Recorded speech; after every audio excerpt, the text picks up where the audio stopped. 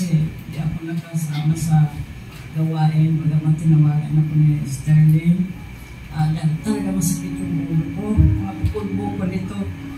Tapos kasi itong dito ko masakit kahit magaling. Kaya hindi ako nakasama. Pero humiyak ko sa kanyang panalangin.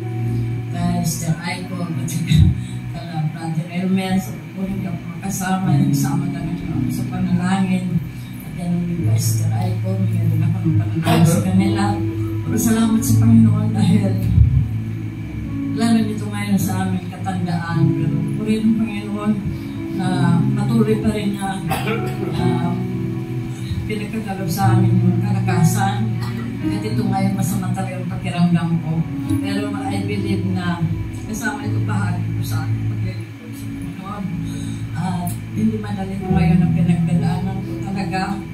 Pero purihin ng Panginoon dahil sabi naman ang mga trials ay kasama ito bahagi sa perfection. Salamat sa itong Sunday School.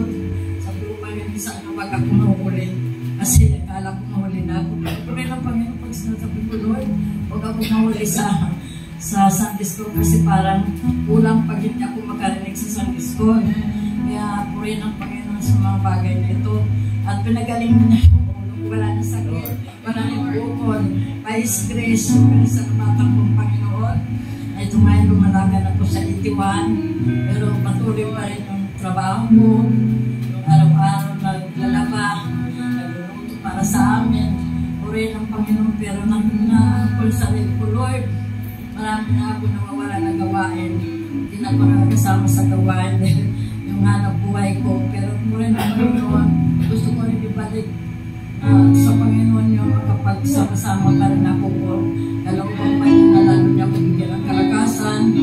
Kaya, Pastor, salamat sa inyong mga panalangin, mga sister and brothers, at pinasalamatan ko rin mga kapatid dahil tunay na nabubuhay na lang kami sa biyaya ng Panginoon yung pagtinda-tinda ko. Salamatan ko yan dahil mga kapatid, mga sister na wala naman ako, di man ako nagpapa-order, pero pagdating ko nagpadala-dala ko. Pero hindi na ako matanggihan. Kaya yun, sabi ko Panginoon, salamat dahil kung hindi sa'yo, sino ako na wala man order sa akin, pero pag nandyan sila, hindi makatanggi niya.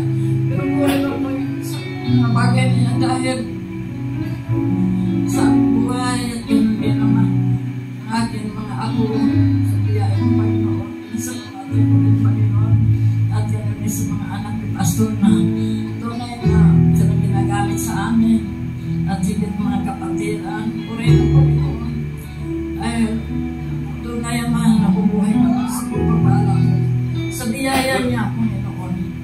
Kaya mamaya Pastor gusto ko pag-present ko dahil tulungan niyo ako sa problema ko sa anak ko na makapagmukod na sila sa biyayang Panginoon. Mayroon namang konti para sa kanilang makapaglipat pero parang hindi kaya nakontento sa halaga na yun.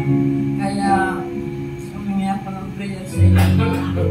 Kaya ipanalangin niyo kami na ay pagkaroon ng Panginoon na magkaroon sila ng sariling pamilya. Kaya binabalik ko ang kapurihan at gusto ko magpapalik kami mag-asawa mamaya sa biyayang ng Panginoon para patuloy na kami bigyan ng kalakasan higit sa spiritual ng mga bagay. Kaya salamat sa Panginoon, salamat sa inyo mga brother and sister, ating pastor na patuloy sa amin, nananalangin at ginagamit sa amin mga pinansyal. Salamat sa Panginoon, pinapalito po at pasasalamat.